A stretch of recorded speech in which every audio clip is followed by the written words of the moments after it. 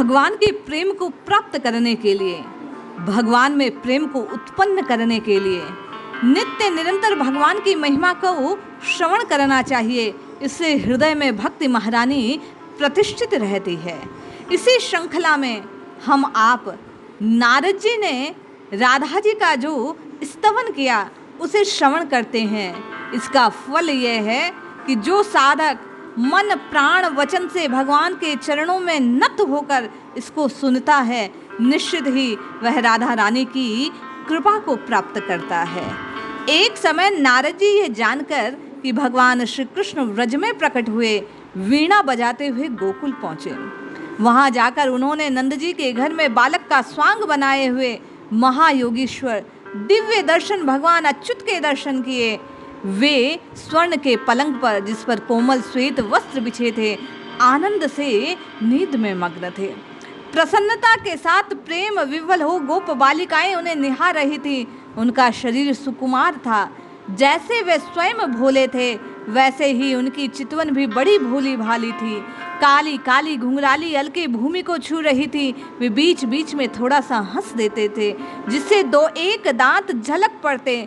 उनकी छवि का अग्र मध्य भाग सब ओर से उद्भाषित हो रहा था। उन्हें नग्न बाल रूप में देखकर नारद जी बड़े हर्षित हुए। उन्होंने नंद जी से कहा, तुम्हारे पुत्र के अतुलनीय प्रभाव को, जो नारायण के भक्तों का परम दुर्लभ जीवन है, इस जगत में कोई नहीं जानता। शिव ब्रह्मा आदि देवता भी इस विचित्र बालक के निरंतर अनुराग रखना चाहते हैं। इसका चरित्र सभी के लिए आनंददायी है। अचिंत्य प्रभावशाली तुम्हारे शिशु में स्नेह रखते हुए जो लोग इसके पुण्य चरित्र का सहर्ष गान, श्रवण और अभिनंदन करेंगे, वे कभी बहुबाधा न प्राप्त करेंगे। गोपवर, तुम परलोक की इच्छा छोड़ दो, अनन्य भाव से इस दिव्य बालक में अहेतुक प्रेम करो। इस प्रकार नारद जी भगवान की महिमा का गान करने लगे। यह कहकर मुनिवर नारद जी नंद भवन से निकले। नंद ने भी विष्णु बुद्धि से मुनि को प्रणाम कर उन्हें विदा किया। इसके बाद महाभागवत नारद जी ये विचारने लगे कि भगवान की कांता लक्ष्मी देवी भी अपने पति नारायण के अवतीर्ण होने पर उनके विहारार्थ गोपी रूप धारण करके कहीं अवश्य आई होंगी, इसमें कोई संदेह नहीं। अतः व्रजवासियों के घरों में उन्हें खोजना आरंभ किया। ऐसा विचार कर मुनिवर व्रजवासियों के घरों का अतिथि रूप में जा जाकर उनके द्वारा विष्णु बुद्धि से पूजित होने लगे। उन्होंने भी गोपों का नंद नंदन के उत्कृष्ट प्रेम देखकर मन ही मन सबको प्रणाम किया। तदनंतर वे नंद के मित्र महात्मा भानु के घर पर गए। उन्होंने इनकी विधिवत पूजा की। तब महामना नारद जी ने उनसे पूछा, साधो, तुम अपनी धार्मिकता के कारण विख्यात हो। क्या तुम्हें कोई सुयोग्य पुत्र अथवा सुलक्षणा कन्या है, जिससे तुम्हारी कीर्ति समस्त लोगों को व्यक्त कर सके? मुनिवर के ऐसा कहने पर भानु ने पहले तो अपने महान तेजस्वी पुत्र को लाकर उससे नारद जी को प्रणाम करवाया। तदनंतर अपनी कन्या को दिखलाने के लिए नारद जी को घर के अंदर ले गए। घर में प्रवेश कर उन्होंने पृथ्वी पर लौटती हुई नन्ही सी दिव्य बालिका को गोद में उठा लिया। उस समय उनका चित्त स्नेह से विह्वल हो रहा था। कन्या के अदृश्य और अभूतपूर्व अद्भुत स्वरूप को देखकर श्री कृष्ण के अत्यंत प्रिय भक्त नारद जी मुग्ध हो गए। वे एकमात्र रस के आधार परम आनंदमय समुद्र में गोते लगाते हुए 2 मुहूर्त तक पत्थर की भांति निश्चेष्ट बने रहे। फिर उन्होंने आंखें खोली और महान आश्चर्य में पड़कर वे मूक भाव से वहीं बैठे रहे। अंततो गत्वा महान बुद्धिमान मुनि ने मन में इस प्रकार विचारा, मैंने स्वच्छचारी होकर समस्त लोकों में भ्रमण किया, परंतु इसके समान अलौकिक सौंदर्यमयी कन्या कहीं नहीं देखी। ब्रह्मलोक, रुद्रलोक, इंद्रलोक में मेरी गति है, किंतु इस कोटि की शोभा का एक अंश भी मुझे कहीं नहीं दिखा। जिसके रूप से चराचर जगत मोहित हो रहा है, उस महामाया भगवती गिरिराज कुमारी को भी मैंने देखा, वह भी इसकी शोभा को ना पा सकती। लक्ष्मी, सरस्वती, कीर्ति, कांति, विद्या आदि देवियाँ इसकी छाया को स्पर्श तक ना कर सकती है, ऐसा भी नहीं देखा। अतः इसके तत्व को जानने की शक्ति मुझमें किसी तरह नहीं। अन्य जन भी प्राय इस हरि वल्लभा को नहीं जानते। इसके दर्शन मात्र से गोविंद के चरण कमलों में मेरे प्रेम की जैसी वृद्धि हुई है, वैसी इसके पहले कभी नहीं हुई। अस्तु, अनंत वैभव दिखाने वाली इस देवी की मैं एकांत में वंदना करूं, ऐसा रूप भगवान श्री कृष्ण के लिए परमानंदजनक होगा। ऐसा विचार कर मुनि ने गोप प्रवर भानु को कहीं अन्यत्र भेज दिया और एकांत अवस्था में उस दिव्य स्वरूपिणी बालिका की स्तुति करने लगे।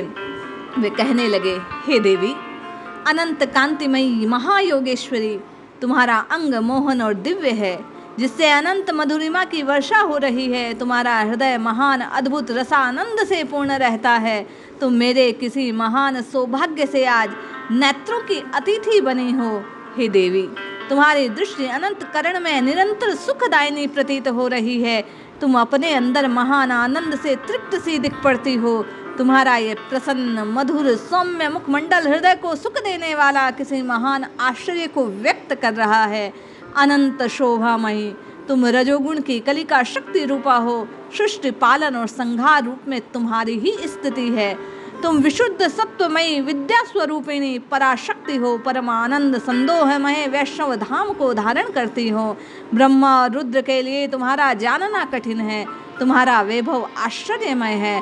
तुम योगेश्वरों के भी ध्यान पथ को कभी स्पर्श नहीं कर सकती। मेरी बुद्धि में ऐसा प्रतीत होता है, इच्छा शक्ति, ज्ञान शक्ति, क्रिया शक्ति सब तुम्हारी अंश मात्र है। माया से विशुद्ध रूप धारण करने वाले परमेश्वर महाविष्णु की जो अचिंत्य विभूतियां हैं, वे सभी तुम्हारी अंशांश मात्रा है। हे ईश्वरेश्वरी, तुम न संदेह आनंदमयी शक्ति हो। अवश्य ही वृंदावन में तुम्हारे साथ श्री कृष्णचंद्र क्रीड़ा करते हैं। कुमारा अवस्था में तुम अपने सुंदर रूप से विश्व को मुग्ध कर रही हो। न जाने यौवन का स्पर्श होने पर तुम्हारा रूप लावण्य, हास विलास युक्त निरीक्षण कैसा विलक्षण होगा। हे हरिवल्लभे, तुम्हारे उस पूजनीय दिव्य स्वरूप को मैं देखना चाहता हूँ, जिससे नंद नंदन से कृष्ण मुक्त हो जाएंगे। हे महेश्वरी, हे माँ, तुम शरणागत और प्रणत भक्त के लिए दया करके तुम अपना स्वरूप प्रकट करो। यो निवेदन करके नारद जी ने तदर्पित चित्त से उस महानंदमयी परमेश्वरी को नमस्कार किया। भगवान गोविंद की स्तुति करते हुए वे उस देवी की ओर देखते रहे। जिस समय वे कृष्ण का नाम कीर्तन कर रहे थे, उसी समय भानुसुता ने 14 वर्षीय परम लावण्यमय अनंत मनोहर दिव्य रूप को धारण कर लिया। तत्काल ही अन्य व्रज बालाओं ने जो उसी के समान अवस्था की थी, दिव्य भूषण सुंदर हार धारण किए हुए बाला को चारों ओर से आवृत कर लिया। उस समय बालिका की सखिया उसके चरणों तक की बूंदों को मुनि को सिंचकर कृपा पूर्वक बोली, महाभाग मुनिवर, वस्तुतः आपने ही भक्ति के साथ भगवान की आराधना की, क्योंकि ब्रह्मा रुद्र आदि देवता, शिव, मुनीश्वर तथा अन्य भगवत भक्तों के लिए जिसका दर्शन मिलना कठिन है, उसी अद्भुत वयो रूप संपन्ना विश्व मोहिनी हरिप्रिया ने किसी अचिंत्य सौभाग्यवश आज आपके दृष्टिपथ पर पदार्पण किया है। हे ब्रह्मर्षे, उठो उठो, शीघ्र ही धैर्य धारण कर इसकी परिक्रमा तथा बार बार नमस्कार करो। क्या तुम नहीं देखते, इसी क्षण यह अंतर्ध्यान हो जाएगी, फिर इसके साथ किसी तरह तुम्हारा संभाषण नहीं हो सकेगा।